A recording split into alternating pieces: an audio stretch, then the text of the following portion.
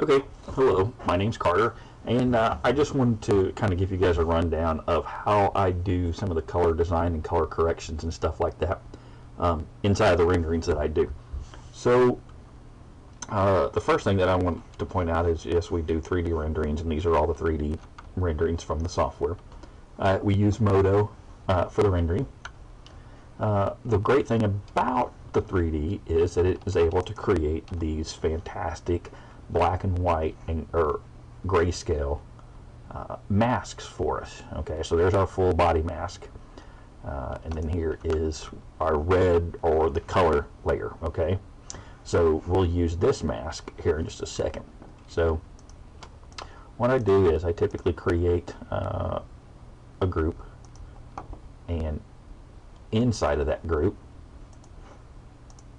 I will put, I don't know, 4, 5, 6 different color variations, but always, you know, a white, silver, a red, and a black. Okay, just that's just the bare minimum, are those 3. So what this allows us then at that point is, if we activate this color mask down here as a mask for that group, okay, it is blocking only the areas of color. Pretty cool, huh? Okay, so then what I do is I will typically duplicate this red version and make it, well, let's just do that, throw that one away. What I'll do is I'll just pull this down here, right? Let's go ahead and rename that. Let's just call this wheel color. Okay, now let's just start off and let's work from the bottom up. So let's say I want to do a green wheel inserts here. Okay, so typically a lot of people will just do color adjustments and make all these other layers and this and that, the color adjustments. But what I like to do is come down here and do a hue saturation on it, and instead of doing the master color like this, I'll come into the reds, and then let me just show you why I don't do the master. If we do the master, right, you see how it changes the chrome color there. Okay, but if I do red and then I do the adjustments, it will just adjust into the red. And like I said, I wanted some green, a little bit more saturation, a little bit lighter green. Okay, kind of cool. So that takes care of my wheels, right? So then I can come back up. Let's slide this back over. So that I can come back up here and continue to adjust colors. Looks pretty cool. Okay, so let's say that I want to take and make that, well, you see right here we got this, let me just turn all this off here.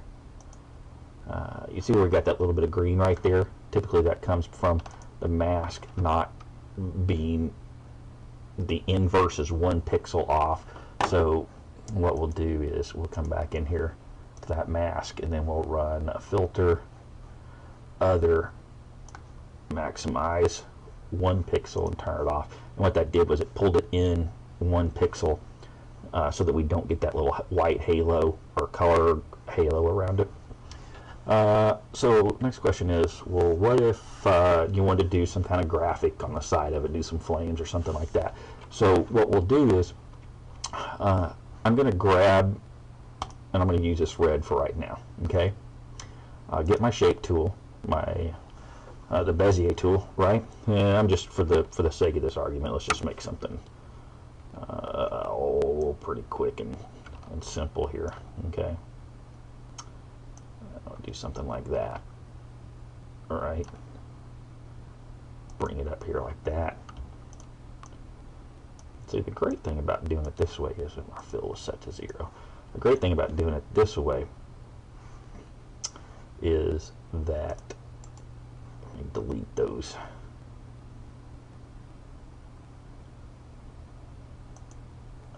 Effects there, so that I just have just my shape, right? So if I pull this shape down underneath that red, okay, and then I tell the red layer to use the shape as its holdback, there we go.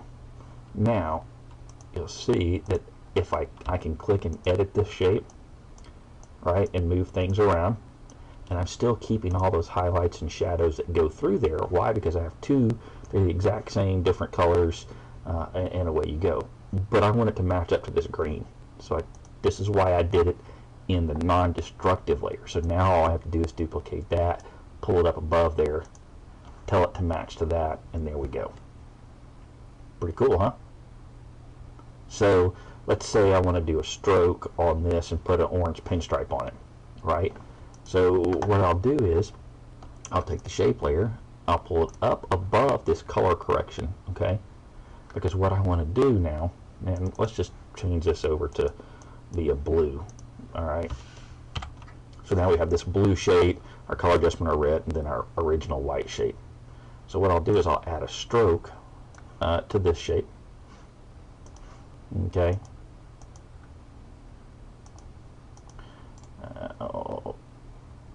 Show all effects, there we go. Okay, so I'll do a stroke to that, and then I'll turn down the fill of the shape so I see through the shape, and then that gives me my nice stroke that I can still, all right, bring this over here. So see, now I can still control whether it's going to be an inside, an outside, a centered stroke. Let's go ahead and go inside. So this is actually what we're going to be our pinstripe, right? You see, so we can create all these really cool different deals. And typically I'll turn them back down just so they're not quite so saturated.